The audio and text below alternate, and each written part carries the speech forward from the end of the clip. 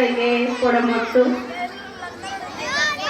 ಮಡಿಕೆಯ ಮಾಡುವಡೆ ಮಣ್ಣೆ ಮೊದಲು, ತೊಡುಗೆಯ ಮಾಡುವಡೆ ಹೊನ್ನೆ ಮೊದಲು, ಶಿವಪದವನರಿವಡೆ ಗುರುಪದವೇ ಮೊದಲು, ಎನ್ನ ಕೂಡಲ ಸಂಗಮ ದೇವನರಿವಡೆ ಶರಣರ ಸಂಘವೇ ಮೊದಲು. ಇಲ್ಲೆಲ್ಲ ನೆರೆದಿರುವಂತಹ ಶರಣ ಬಂಧುಗಳಿಗೆ ನನ್ನ ಅನಂತ ಪ್ರಣಾಮಗಳು. ಹಲವು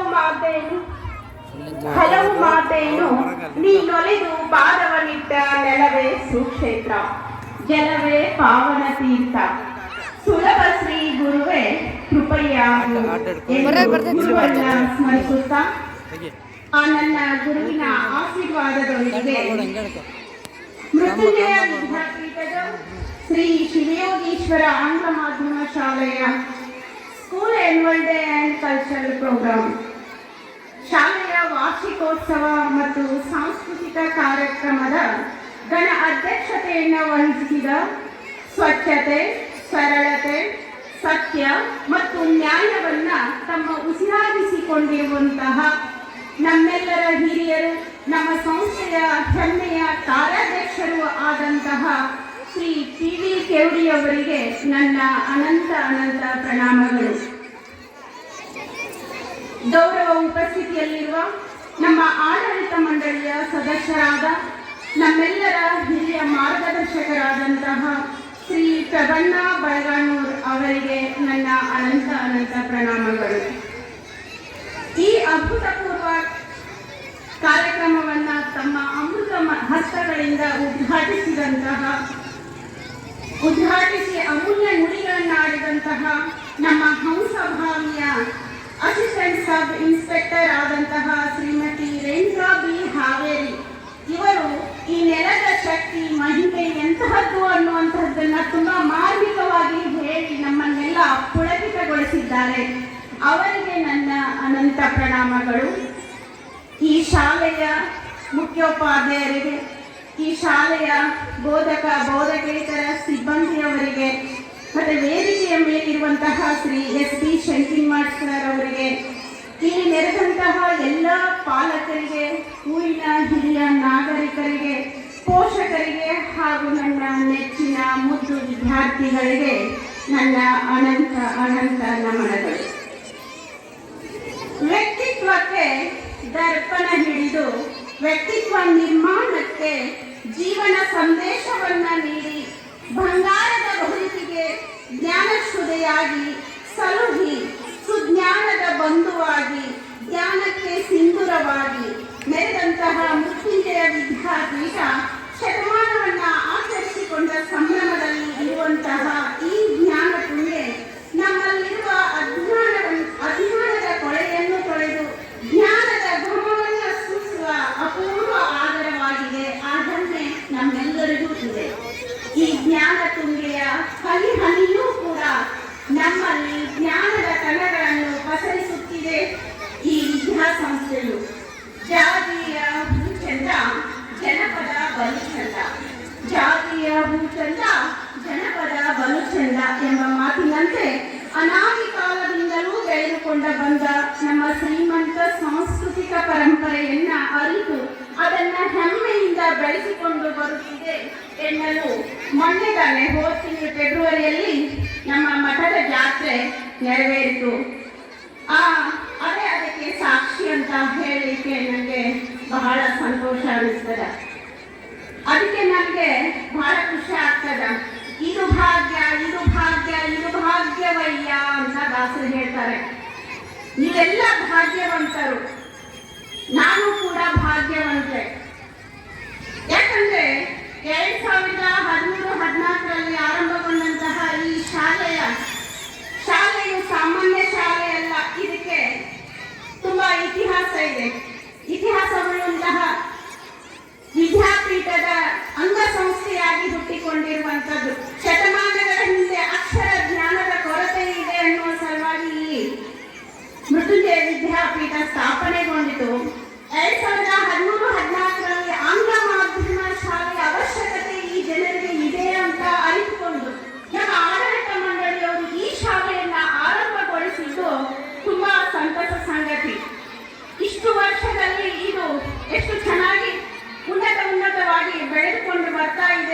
ಅನ್ನುವಂಥದ್ದು ನಮ್ಮೆಲ್ಲರ ಹೆಮ್ಮೆಯ ವಿಷಯ.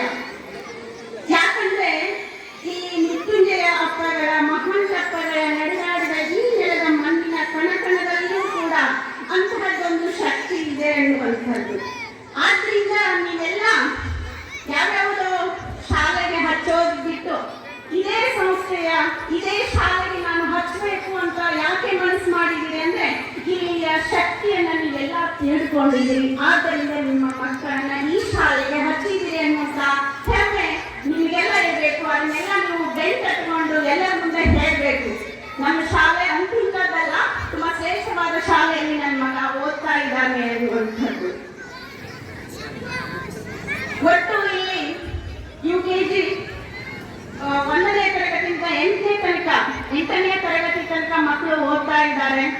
ಒಟ್ಟು 160 ವಿದ್ಯಾರ್ಥಿಗಳು ಇಲ್ಲಿ ವಿದ್ಯಾರ್ಜನೆ ಮಾಡ್ತಾ ಇದ್ದಾರೆ. 13 ಜನ ಶಿಕ್ಷಕಿಯರು ಇಲ್ಲಿ ನಿರಂತರ ಪಾಠ ಪ್ರವಚನಗಳನ್ನ ಮಾಡ್ತಾ ಇರ್ತಾರೆ. ಇಲ್ಲಿ ಕಂಪ್ಯೂಟರ್ ಲ್ಯಾಬ್ ಇದೆ, ಆಮೇಲೆ ಸ್ಮಾರ್ಟ್ ಕ್ಲಾಸ್ ಇದಾವೆ.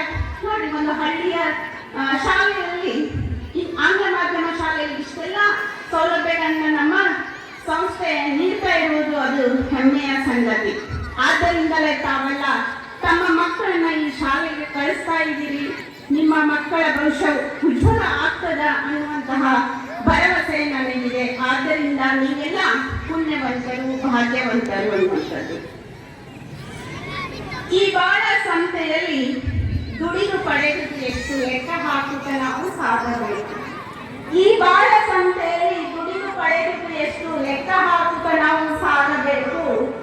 ಅನ್ನೆರನು ಬಾಯಿ ಬಿಟ್ಟು ಕೇಳಿಯ ಜೋಕೆ, ಅನ್ನೆರನು ಬಾಯಿ ಬಿಟ್ಟು ಕೇಳಿಯ ಜೋಕೆ, ಬಲವಿರಲು ದುಡಿಯಲು ಇನ್ನೊಬ್ಬರ ಹೊಂದೇಕೆ, ಬಲವಿರಲು ದುಡಿಯಲು ಇನ್ನೊಬ್ಬರ ಹೊಂದೇಕೆ. ದೂರದಾರಿಯ ಪಯಣ, ಹೆಗಲ ಬುತ್ತಿಯ ಗಂಡು, ಬಗಲ ಬಿಂದಿಗೆಯ ನೀರು, ಕತ್ತಲಾಗುವ ಮುನ್ನ ಬದುಕಿನ ಧರ್ಮಶಾಲೆಯ ಸೇರೋ ಪಥಿಕ. ಈ 2 ನುಡಿಗಳನ್ನ ನಾವು ದಿನಾಲು ಸ್ಮರಿಸಬೇಕು. ಯಾಕಂದ್ರೆ ಈ ಬಾಳ ಸಂಸ್ಥೆಯಲ್ಲಿ ನಾವು ಲೆಕ್ಕಾಚಾರ ಹಾಕ್ತಾನೆ ಇರ್ತೀವಿ, ಎಷ್ಟು ದುಡಿತಾ ಇದ್ದೀವಿ, ಎಷ್ಟು ಪಡ್ಕೊಳ್ತಾ ಇದ್ದೀವಿ. ಈ ಶಾಲೆಗೆ ಈ ಮಗುವನ್ನ ಹಾಕಿದ್ದೀವಿ, ನನ್ನ ಮಗ ಎಷ್ಟು ಕಲಿತಾ ಇದೆ. ಶಾಲೆ ಎಲ್ಲವನ್ನೂ ಕಲಿಸಿಬಿಡ್ತದ? ಶಾಲೆ ಟೀಚರ್ ಎಲ್ಲ ನಿಮ್ಮ ಮಕ್ಕಳಿಗೆ ಕಲಿಸಿಬಿಡ್ತಾರೆ, ಉಜ್ವಲವಾದ ಭವಿಷ್ಯವನ್ನ ನೀಡಿ ಬಿಡ್ತಾರೆ ಅನ್ನುವಂತಹದ್ದು 50%. ಇನ್ನು 50% ನೀವು ಮಾಡೋದಿದೆ ಅನ್ನೋದನ್ನ ನೀವು ಮರ್ತೇ ಬಿಟ್ಟಿದ್ದೀರಿ. ಎಲ್ಲಾ ಪಾಲಕರಿಗೆ ಏನ್ ಗೊತ್ತಿದೆ ಅಂದ್ರೆ, ನಮ್ಮ ಮಕ್ಕಳನ್ನ ಒಳ್ಳೆ ಶಾಲೆಗೆ ಸೇರಿಸ್ಬಿಟ್ರೆ ನಮ್ಮ ಜವಾಬ್ದಾರಿ ಮುಗೀತು ಅಂತ ಅನ್ಕೊಂಡಿದ್ದೀರಿ. ಆ ಹಿನ್ನೆಲೆಯಲ್ಲಿ ನೀವು ಏನ್ ಮಾಡ್ತೀರಿ? ದಿನಂಪ್ರತಿ ಮಕ್ಕಳನ್ನ ಶಾಲೆಗೆ ಕಳಿಸೋದು, ಮನೆಗೆ ಕರ್ಕೊಂಡು ಹೋಗೋದು. ಮಗು ಏನ್ ಮಾಡ್ತಾ ಇದೆ, ಏನ್ ಕಲಿತಾ ಇದೆ ಅನ್ನುವಂಥದ್ದನ್ನ ಯೋಚಿಸೋದೇ ಇಲ್ಲ.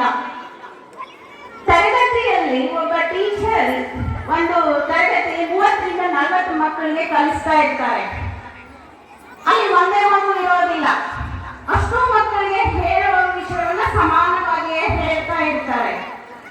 ಆದ್ರೆ ಮಕ್ಕಳು 3 ರೀತಿಯಲ್ಲಿ ಅದನ್ನ ಗ್ರಹಿಸ್ತಾ ಇರ್ತಾರೆ. ಕೆಲವು ಮಕ್ಕಳು ಕೇಳ್ತಾರೆ, ಬಿಡ್ತಾರೆ.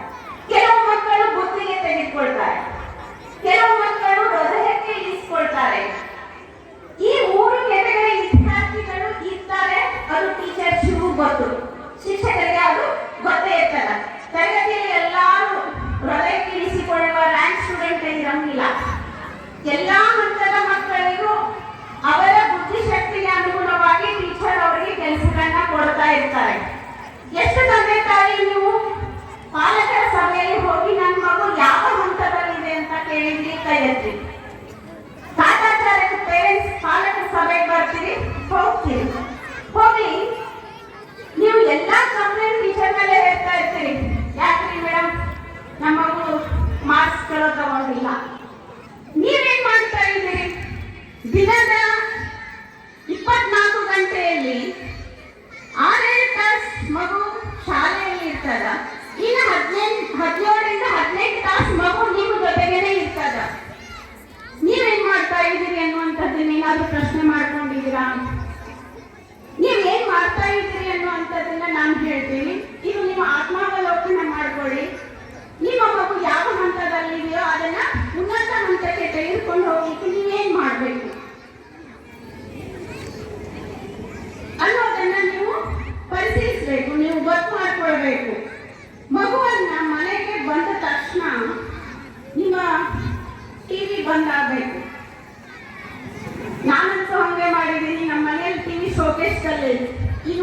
ಕೇಬಲ್ ಹಾಕ್ಸಿಲ್ಲ.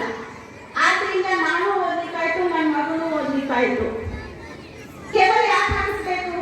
ನಂಗೆಲ್ಲ ಹೇಳ್ತಾ ಇದ್ರು, ಮೇಡಮ್ ನೀವು ಟೈಮ್ ಪಾಸ್ ಹೇಗೆ ಮಾಡ್ತೀರಿ, ಟೈಮ್ ಪಾಸ್ ಹೇಗೆ ಮಾಡ್ತೀರಿ, ನಿಮ್ಮ ಮನೆಯವ್ರ ಗಡಿಯಲ್ಲಿ ನೀವು ಟಿವಿನೂ ನೋಡಂಗಿಲ್ಲ ಅಂತ ಹೇಗೆ? ನನ್ನ ಕಡೆ ಟೈಮೇ ಇಲ್ಲ ಅಂತಿದ್ದೆ. ನನ್ನ ಕಡೆ ಟೈಮೇ ಇಲ್ಲ, ಪಾಸ್ ಮಾಡೋದೇ ಬಂತು. ಯಾಕಂದ್ರೆ ಟೈಮ್ ಟೇಬಲ್ ದಿನಾಲು ಹಾಕೊಳ್ಬೇಕು ನಾವು. ತಾಯಂದ್ರೆ ನೀವು ಟೈಮ್ ಟೇಬಲ್ ಹಾಕೊಳ್ಬೇಕು. ಬೆಳಗ್ಗೆ ಎದ್ದು ಮನೆ ಕೆಲಸ ಎಲ್ಲ ಮಾಡಿಕೊಂಡು ಮಗುವಿಗೆ ಎಲ್ಲ ತಯಾರು ಮಾಡಿ ಸ್ಕೂಲಿಗೆ ಕಳಿಸಿ, ಆ ಮಗು ಬರುವಷ್ಟರಲ್ಲಿ ಎಲ್ಲ ಮನೆ ಕೆಲಸ ಮುಗಿಸ್ಕೊಂಡು ಸಂಪೂರ್ಣವಾಗಿ ಮಗುವಿಗಾಗಿ ನಿಮ್ಮ ಸಮಯವನ್ನು ಮೀಸಲಿಡಬೇಕು. ಟಿವಿ ಬಂದ್ ಮಾಡಿ, ಹಾಡು, ಧಾರಾವಾಹಿ, ಸೀರಿಯಲ್ಗಳನ್ನ ನೋಡೋದನ್ನ ದಯವಿಟ್ಟು ಬಿಡಿ. ಯಾಕಂದ್ರೆ ನಿಮ್ಮ ಮಗುವಿನ ಭವಿಷ್ಯ ಉಜ್ವಲವಾಗಿ ರೂಪುಗೊಳ್ಳಬೇಕು ಅಂದ್ರೆ ತ್ಯಾಗ ಮಾಡಬೇಕು. ಈ ಹೌಸ್ವಾಮಿಯ ಬರ್ಮಣ್ಣನವ್ರ ಮನೆಯಲ್ಲಿ ನಾನಿದ್ದೀನಿ. ಅಲ್ಲಿ ಎಷ್ಟು ಕಟ್ಟುನಿಟ್ಟಾಗಿ ಅವರು ಪಾಲಿಸ್ತಾರೆ ಅಂದ್ರೆ, ಆದ್ರಿಂದ ಅವ್ರ ಇಬ್ಬರು ಮಕ್ಕಳು ರ್ಯಾಂಕ್ ಇದ್ದಾರೆ. ಯಾಕಂದ್ರೆ ಅವ್ರ ಮನೆಯಲ್ಲಿ ಟಿವಿ ಆನೆ ಮಾಡೋದಿಲ್ಲ. ಮಕ್ಕಳು ಬಂದ ನಂತರ ಬಂದ್ ಅಜ್ಜಿ ತ್ಯಾಗ ಮಾಡ್ತಾರೆ, ಅಪ್ಪ ತ್ಯಾಗ ಮಾಡ್ತಾರೆ ಅಂದ್ರೆ ಟಿವಿ ಯಾರು ಮಕ್ಕಳು ನೋಡೋದಿಲ್ಲ. ನೀವೇನ್ ಮಾಡ್ಬೇಕು? ಮಗು ಬಂದ್ಮೇಲೆ ಕೈಕಾಲು ಮಕ್ಕ ತಕೊಳ್ತಾರ, ಒಂದಿಷ್ಟು ಅದಕ್ಕೆ ತಿಂಡಿ ತಿನ್ನಿಸಿ ಪಕ್ಕಕ್ಕೆ ಕೂತ್ಕೊಳ್ಬೇಕು. ಮಗು ಏನ್ ಕಲ್ತಿ ಇವತ್ತ? ಯಾರು ಇದನ್ನ ಮಾಡ್ತೀರಿ? ನಿಮ್ ಟೀಚರ್, ಕನ್ನಡ ಟೀಚರ್ ಏನ್ ಹೇಳಿದ್ರು, ಇಂಗ್ಲಿಷ್ ಟೀಚರ್ ಏನ್ ಹೇಳಿದ್ರು, ಸೋಷಿಯಲ್ ಟೀಚರ್ ಏನ್ ಹೇಳಿದ್ರು? ಮಗುವನ್ನ ಪ್ರೀತಿಯಿಂದ ಗೆಲ್ಬೇಕ್ರಿ. ಪ್ರೀತಿಗೆ ಇರುವ ಶಕ್ತಿ ಮತ್ತೆ ಯಾವುದಕ್ಕೂ ಇಲ್ಲ. ಅದಕ್ಕೆ ಜೆ.ಎಸ್. ಶಿವರುದ್ರಪ್ಪ ಅವರು ಹೇಳ್ತಾರೆ, ಪ್ರೀತಿ ಇಲ್ಲದ ಮೇಲೆ ಹೂ ಅರಳಿತು ಹೇಗೆ, ಮೋಡ ಕಟ್ಟಿತು ಹೇಗೆ, ಹನಿ ಒಡೆದು ಇಳೆ ಹಸಿರಾಗಿತು ಹೇಗೆ ಅಂತ. ಮಳೆ ಸುರಿಸಿ ಭೂಮಿ ಹಸಿರಾಗಬೇಕು ಅಂತ ಕೂಡ ಪ್ರೀತಿ ಬೇಕು. ನಿಮ್ಮ ಮಗುವನ್ನ ಒಂದು ಹಂತದ ತನಕ ಬಹಳ ಪ್ರೀತಿ ಮಾಡ್ತೀರಿ. ಅದು ಎಷ್ಟರ ಮಟ್ಟಿಗೆ ಹೋಗಿದೆ ಅಂದ್ರೆ ನಿಮ್ಮ ಮಗುವಿಗೆ ಹಸಿವಿನ ಪರಿವಿಲ್ಲ, ಹಸಿವು ಅನ್ನೋದೇ ಗೊತ್ತಿಲ್ಲ. ಆದ್ರಿಂದ ನಿಮ್ಮ ಮಗು ತಿನ್ನೋದನ್ನ ಕಲಿತಾ ಇಲ್ಲ. ಜ್ಞಾನದ ಹಸಿವಂತೂ ಬರಲಿಕ್ಕೆ ಸಾಧ್ಯ ಇಲ್ಲ. ಹೊಟ್ಟೆ ಹಸಿವು ಯಾವಾಗ ನೀವು ಗೊತ್ತು ಮಾಡ್ತೀರೋ, ಜ್ಞಾನದ ಹಸಿವು ಆ ಮಗುವಿಗೆ ತಂತಾನೆ ಬರ್ತದೆ. ನೀವೇನ್ ಚಿನ್ನ ಕೊಟ್ಟರು ಬೇಡ ಅಂತದ. ಯಾಕಂದ್ರೆ ಅದಕ್ಕೆ ಹೊಟ್ಟೆ ಹಸಿವಾಗಕ್ಕೆ ಬಿಡೋದಿಲ್ಲ ಪೇರೆಂಟ್ಸ್. ಯಾಕಂದ್ರೆ ನಿಮಗಿರೋದು ಒಂದೋ ಎರಡೋ ಮಕ್ಕಳು ಇರ್ತಾವೆ, ಮನೆಯಲ್ಲಿ ಸಾಕಷ್ಟು ಇದೆ, ಅದನ್ನ ಮಾಡಿದೆ ಇದನ್ನ ಮಾಡಿದೆ, ತಿನ್ನು ತಿನ್ನು ತಿನ್ನು ಅಂದ್ರೆ ಮಗು ಏನು ತಿನ್ಲಿಕ್ಕೆ ಸಾಧ್ಯ? ಅಮೃತವೂ ಕೂಡ ವಿಷ ಅಂತಾರಲ್ಲ, ಹಾಗೆ ಮಗುವಿನ ಸ್ಥಿತಿ ಆಗಿದೆ. ನಿಮ್ಮ ಅತಿಯಾದ ಇದು ಪ್ರೀತಿಯಿಂದ ಏನೇನೋ ತಂದು ಕೊಡ್ತೀರಿ. ಮಗುವಿಗೆ ಎಷ್ಟು ದೇಹಕ್ಕೆ ಯೋಗ್ಯವಾಗಿದ್ದನ್ನ ತಿನ್ನಿಸ್ತಾ ಇದ್ದೀರಿ ಅನ್ನುವಂತಹದನ್ನ ಪ್ರಶ್ನೆ ಮಾಡಿಕೊಳ್ಳಿ. ಮಗುವಿಗೆ ಸಾಧ್ಯ ಆದಷ್ಟು ನೀವು ಹಣ್ಣು ಹಂಪಲವನ್ನ ತಿನ್ನಿಸಿ. ಶಾಲೆಯಿಂದ ಬರ್ತದಲ್ಲ, ಅವಾಗ ಒಂದಿಷ್ಟು ಹಣ್ಣುಗಳನ್ನ ತಿನ್ನಿಸಿ ಮಕ್ಕಳಿಗೆ. ಅದಿದು ಹಣ್ಣು ಬೇಕರಿ ಫುಡ್ ಅನ್ನ ತಿನ್ನಿಸೋದು ಬಿಟ್ಟು ಹಣ್ಣನ್ನ ತಿನ್ನಕ್ ಕೊಡಿ. ಹಣ್ಣಿನಿಂದ ಮನೆಯಲ್ಲೇ ಜ್ಯೂಸ್ ಮಾಡಿ, ಯಾವುದೋ ಬ್ರ್ಯಾಂಡ್ ತಂಪು ಪಾನೀಯನ್ನ, ಕೋಲ್ಡ್ ಡ್ರಿಂಕ್ಸ್ ಅನ್ನ ಕೊಡೋದನ್ನ ನಿಲ್ಲಿಸಿ. ಆ ಮಗುವನ್ನ ಒಂದಿಷ್ಟು ಪ್ರೀತಿಯಿಂದ ತಿನ್ನಿಸಿ. ಹತ್ತಿರಕ್ಕೆ ಕೂತ್ಕೊಂಡು ಏನ್ ಬರ್ತಿದ್ಯಾ ತಗೊಂಬ ಅಂತ ಒಂದಿಷ್ಟು. ಯಾಕಂದ್ರೆ ನಿಮ್ಮ ಹತ್ರ ಒಂದೇ ಮಕ್ಕಳು ಇರ್ತಾರ, ಒಂದೋ ಎರಡೋ ಮಕ್ಕಳು ಇರ್ತಾರೆ, ಇದು ಮಾಡಲಿಕ್ಕೆ ಸಾಧ್ಯ ಇದೆ. ಅದು ಬರೀಲಿಕ್ಕೆ ಹಚ್ಚಿ, ಓದ್ಲಿಕ್ಕೆ ಹಚ್ಚಿ. ನಿಮ್ಮ ಮಗು ಬರೆಯೋದಿಲ್ಲ ಅನ್ನುವಂತಹದ್ದು ಒಂದು. ಯಾಕೆ ಬರೀತಾ ಇಲ್ಲ? ಓದಿ ಓದಿ ಅಂತೀರಿ, ಮಗುವನ್ನ ಒಂದು ರೂಮಲ್ಲಿ ಓದಕ್ ಹಚ್ತೀರಿ, ನೀವು ಟಿವಿ ನೋಡಕ್ ಕೂತ್ಕೊಳ್ತೀರಿ, ಅಥವಾ ಮೊಬೈಲಲ್ಲಿ ಚಾಟ್ ಮಾಡ್ತೀರಿ, ಅಥವಾ ಮನೆ ಕೆಲಸಕ್ಕೆ ಹೋಗ್ಬಿಡ್ತೀರಿ. ಹಾಗೆ ಯಾರು ಕೂಡ ದಯವಿಟ್ಟು ಮಾಡಬೇಡಿ. ಮಗುವಿನ ಪಕ್ಕದಲ್ಲೇ 2-3 ತಾಸು ಕೂತ್ಕೊಂಡು ಮಗುವಿನ ಓದಿನ ಮತ್ತು ಅದು ಬರಿತಾ ಇದೆ, ಓದ್ತಾ ಇದೆ, ಏನ್ ಓದ್ತಾ ಇದೆ, ಏನ್ ಮಾಡ್ತಾ ಇದೆ ಅನ್ನೋದನ್ನ ಗಮನಿಸ್ತಾ ಇರಿ. ನಿಮ್ಮ ಮಗುವಿನ ಜೊತೆಗೆ ಒಂದಿಷ್ಟು ಆಟ ಆಡಿ. ಈಗಿನ ತಾಯಂದಿರಿಗೆ, ಪಾಲಕರಿಗೆ, ಪೋಷಕರಿಗೆ ಏನಂದ್ರೆ ಮಗುವನ್ನ ಆಟಕ್ಕೆ ಬಿಡೋದಿಲ್ಲ. ನಾ ಸಂಜೆ ಹೊತ್ತು ಇಲ್ಲಿ ವಾಕಿಂಗ್ ಬಂದಿರ್ತೀನಿ, ಯಾವ ಮಕ್ಕಳು ಇಲ್ಲಿ ಗ್ರೌಂಡ್ ಅಲ್ಲಿ ಕಾಣಂಗಿಲ್ಲ. ಯಾಕಂದ್ರೆ ಮಗುವನ್ನ ಗ್ರೌಂಡಿಗೆ ಬಿಡ್ತಾನೆ ಇಲ್ಲ. ಮಕ್ಕಳನ್ನ ಮನೆಯ ಜೊತೆ ಬೆರೀಲಿಕ್ಕೆ, ಸ್ನೇಹಿತರ ಜೊತೆ ಆಡ್ಲಿಕ್ಕೆ ಬಿಡಬೇಕು. ನಮ್ಮ ಗಾಯತ್ರಿ ಎಷ್ಟು ಚಂದ ಹಾಡ್ತಾಳೆ, ಆಡಿ ಬಾ ನನ್ನ ಕಂದ ಅಂಗಾಲ ತೊಳೆದೇನ, ಆಡಿ ಬಾ ನನ್ನ ಕಂದ ಅಂಗಾಲ ತೊಳೆದೇನ, ತೆಂಗಿನ ಕಾಯಿ ತಿರುಗಿದ ತೆಂಗಿನ ಬಂಗಾರ ಮಾರಿ ತೊಳೆದೇನ. ಎಷ್ಟು ಚಂದಾಗಿ ಮಗುವನ್ನ ಆಡಿ ಬಂದ ಮಗುವನ್ನ ಎಷ್ಟು ಪ್ರೀತಿಯಿಂದ ಕಾಣ್ತಾ ಇದ್ದಾಳೆ. ಸಾಮಾನ್ಯ ನೀರನ್ನ ತೆಗೆದುಕೊಳ್ತಾ ಇಲ್ಲ, ತೆಂಗಿನ ಎಳೆ ನೀರ ತಕ್ಕೊಂಡು ಬಂಗಾರ ಮಾರಿ ತೊಳೆದೇನ ಅಂತಿದ್ದಾಳೆ. ನಿಮ್ಮ ಮಗು ಆಡಕ್ ಹೋದ್ರೆ ಏನ್ ಮಾಡ್ತೀರಿ ನೀವು? ಎಲ್ಲೋಗಿದ್ದು ತನಕ ನಾಲ್ಕು ಬಿಡಿತೀರಿ, ಮೊಸಳಿ ಕೆಂಪು ಮಾಡಿಬಿಡ್ತೀರಿ, ಬಂಗಾರ ಮಾರಿ ನಿಮಗೆ ಕೆಂಪಾಗಿ ಕಾಣ್ಲಿಕ್ಕೆ ಶುರುವಾಗ್ತದ. ಬೈತೀರಿ, ಮಗು ಆಡ್ಲಿಕ್ಕೆ ಹೋಗೋದನ್ನ ನಿಷೇಧ ಮಾಡ್ಬಿಡ್ತೀರಿ. ಹೀಗಾಗಿ ಆಡ್ಲಿಕ್ಕೆ ಹೋಗದ ಮಗುವಿನ ಅಂಗಳಕ್ಕೆ ಬಿಡದ ಮಗುವಿನ ಅಂಗೈಯಲ್ಲಿ ಮೊಬೈಲ್ ಆರಂಭದಲ್ಲಿ ನೀವು ಏನ್ ಮಾಡ್ತೀರಿ? ಖುಷಿ ಪಡ್ತೀರಿ ಮಗುವಿಗೆ. ಈಗಂತೂ ನಿಮ್ಮ ಮಕ್ಕಳೆಲ್ಲ ಮೊಬೈಲ್, ನೀವು ಗರ್ಭವತಿ ಇರುವಾಗಲೇ ಮೊಬೈಲ್ ದಾಸ ಆಗಿರ್ತದ ಅಂತ ಹೇಳ್ತೀನಿ. ಯಾಕಂದ್ರೆ ನೀವು 24x7 ಮೊಬೈಲ್ ನೋಡ್ತಾ ಇರ್ತೀರಿ ತಾಯಂದಿರು. ಮಗು ಭೂಮಿಗೆ ಬಂದ ತಕ್ಷಣ ಅದು ಕಣ್ ಪಿಳ ಪಿಳ ನೋಡಕತ್ತಂದ್ರೆ ಮೊಬೈಲ್ ಹಿಡಿದಿರ್ತೀರ ಅದಕ್ಕೆ. ಅದನ್ನ ನೋಡು, ಇದನ್ನ ನೋಡು. ಮಗು ಫೋನ್ ಅದನ್ನೆಲ್ಲ ಏನ್ ನೋಡ್ತದೆ, ಏನ್ ಬಿಡ್ತದೆ ಅನ್ನೋಂಥದ್ರೆ ಗಮನಿಸೋದೇ ಇಲ್ಲ. ಯಾವ ರೀತಿಯಲ್ಲಿ ನೀವು ಮಕ್ಕಳಿಗೆ ಮೊಬೈಲ್ ದಾಸರನ್ನಾಗಿ ಮಾಡ್ತಾ ಇದ್ದೀರಿ ಅಂತಂದ್ರೆ ಆ ಮಗು ಪುಸ್ತಕವನ್ನ ಹಿಡಿಯೋದನ್ನ ಮರೆತಿದೆ, ಓದೋದನ್ನ ಮರೆತಿದೆ. ಎಲ್ಲದಕ್ಕೂ ತಿನ್ನೋದಕ್ಕೂ ಮೊಬೈಲ್ ತೋರಿಸ್ಬೇಕು, ಓದಲಿಕ್ಕೂ ಕೂಡ ಮೊಬೈಲ್ ತೋರಿಸ್ಬೇಕು. ಅಂತಹ ದುಸ್ಥಿತಿಯಲ್ಲಿ ನೀವೆಲ್ಲ ಇದ್ದೀರಿ. ನೀವೆಲ್ಲ ಆತ್ಮಾವಲೋಕನ ಮಾಡ್ಕೊಳ್ಬೇಕು. ಮೊಬೈಲ್ ಮತ್ತು ಟಿವಿಯಿಂದ ನೀವು ದೂರ ಇಟ್ಟರೆ ಮಾತ್ರ ನಿಮ್ಮ ಮಕ್ಕಳ ಭವಿಷ್ಯ ಉಜ್ವಲ ಆಗಲಿಕ್ಕೆ ಸಾಧ್ಯ ಅಂತ ನಾನು ಹೇಳ ಬಯಸ್ತೀನಿ. ಇನ್ನೊಂದು ಮಾತು ಹೇಳ್ಬೇಕಂತಂದ್ರೆ, ಯಾವ ರೀತಿಯಲ್ಲಿ ನೀವು ಮಕ್ಕಳನ್ನ ಬೆಳೆಸಬೇಕು ಅನ್ನುವಂಥದ್ದು. ಹಿಟ್ಲರ್ ಹೇಳ್ತಾರೆ, nobody can make you feel inferior without your permission ಅಂತ.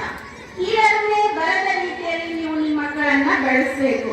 ಯಾವ ಮಕ್ಕಳಿಗೂ ಹೋಲಿಕೆ ಮಾಡಬೇಡಿ. ಅವನು ಹಾಗಿದ್ದಾನೆ, ಇವಳು ಹೀಗಿದ್ದಾನೆ, ನೀನು ಹೀಗಿದ್ಯಾ. ಆಯಾ ಮಗುವಿನ ಸಾಮರ್ಥ್ಯಕ್ಕೆ ಅನುಗುಣವಾಗಿ ಆ ಮಗು ಬೆಳೀಲಿಕ್ಕೆ ಬಿಡಿ. ಟೀಚರು ಕೂಡ ಅದನ್ನು ಮಾಡಬಾರ್ದು, ಪಾಲಕರು ಕೂಡ ಹೋಲಿಕೆ ಮಾಡಬಾರ್ದು. ಒಂದೊಂದು ಮಗುವು ಕೂಡ ಅದ್ಭುತವಾದಂತಹ ಶಕ್ತಿಯನ್ನ ಹೊಂದಿರ್ತದೆ. ಆ ಶಕ್ತಿಯನ್ನ ಹೊರಗೆ ಹಾಕುವಂತಹ ಕೆಲಸ ನಿಂದ ಆಗಬೇಕೇ ವಿನಃ ಹೋಲಿಕೆ ಮಾಡೋದು ಆಗಬಾರ್ದು ಅನ್ನುವಂಥದ್ದು. ನೀವು ಯಾವ ರೀತಿಯಲ್ಲಿ ಮಕ್ಕಳನ್ನ ಸ್ಮಾರ್ಟ್ ಮಾಡಬೇಕು ಅನ್ನುವಂಥದ್ದು. ಮಕ್ಕಳು ಏನ್ ಕಲಿತಾ ಇದ್ದಾರೆ ಅದು ಸ್ಪಷ್ಟತೆ ಇದೆ ಇಲ್ಲ ನೋಡ್ಬೇಕು. ಆಮೇಲೆ ಮೀನಿಂಗ್ಫುಲ್ ಆಗಿರ್ಬೇಕು. ಅವರು ಕಲಿತಿದ್ದು ಅರ್ಥಪೂರ್ಣವಾಗಿರಬೇಕು. ಅದು ಸಾಧಿಸಲಿಕ್ಕೆ ಅನುಕೂಲ ಆಗಿರಬೇಕು.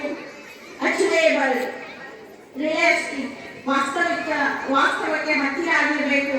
ಆಮೇಲೆ ಟೈಮ್ ಬೌಂಡ್, ಸಮಯಕ್ಕೆ ಬಹಳ ಮಹತ್ವ ಕೊಡಿ. ಸಮಯ ಅನ್ನುವಂಥದ್ದು ಅದು ಬಹಳ ಅಮೂಲ್ಯವಾಗಿರುವಂಥದ್ದು. ಸಮಯಕ್ಕೆ ಬಹಳಷ್ಟು ಮಹತ್ವ ಕೊಡಿ. ನೀವು ಕೂಡ ಹೇಳ್ತಾ ಇರ್ಬೋದು, ಬಹಳ ತಾಯ್ತು ಮೇಡಮ್ ನೀವು ಮಾತಾಡ್ತಾ ಇದ್ದೀರಿ, ಸಾಕು ಸಮಯಕ್ಕೆ ಮಹತ್ವ ಕೊಡಿ, ನಮ್ಮ ಮಕ್ಕಳು ಡ್ಯಾನ್ಸ್ ಎಲ್ಲ ನೋಡಬೇಕಿದೆ ಅಂತ ಹೇಳ್ತಾ ಇರ್ಬೋದು. ಆದ್ರಿಂದ ನೀವೆಲ್ಲ ಈ ಅಂಗಸಂಸ್ಥೆಗೆ ಋಣಿಯಾಗಿರ್ಬೇಕು. 8 ಜನ್ಮದಲ್ಲಿ 8 ಜೀವರಿಗೆ 8 ನಾವು ಋಣಿಯೋ, ತಿಳಿದು ನೋಡಿದರೆ ಬಾಳು ಎಂಬುದು ಋಣದ ರತ್ನ ಕಡಿಯೋ ಎಂಬಂತೆ ನಾವು ಸದಾ ಈ ಸಂಸ್ಥೆಗೆ ಋಣಿಯಾಗಿರೋಣ. ನಮ್ಮ ಮಕ್ಕಳ ಭವಿಷ್ಯತ್ತು ನಮ್ಮ ಕೈಯಲ್ಲಿದೆ. ಆದ್ದರಿಂದ ಉಜ್ವಲವಾಗಿ ರೂಪಿಸಿಕೊಳ್ಳೋಣ. ಅದಕ್ಕೆ ನಮ್ಮ ಶಾಲೆ, ನಮ್ಮ ಸಂಸ್ಥೆ ಯಾವಾಗಲೂ ನಿಮ್ಮ ಬೆನ್ನ ಹಿಂದೆ ಇದೆ ಅಂತ ಹೇಳ್ತಾ, ನನ್ನನ್ನು ಕರೆದು ಇಷ್ಟು ಪ್ರೀತಿಯಿಂದ ಸನ್ಮಾನ ಮಾಡಿ 4 ಮಾತುಗಳನ್ನ ಆಡಲಿಕ್ಕೆ ಅವಕಾಶ ಮಾಡಿಕೊಟ್ಟಿದ್ರಿ. ಇಷ್ಟೊತ್ತ ತನಕ ನನ್ನ ಮಾತುಗಳನ್ನ ಪ್ರೀತಿಯಿಂದ ಆಲಿಸಿದ್ರಿ. ತಮಗೆಲ್ಲ ತುಂಬ ಹೃದಯದ ಧನ್ಯವಾದಗಳು.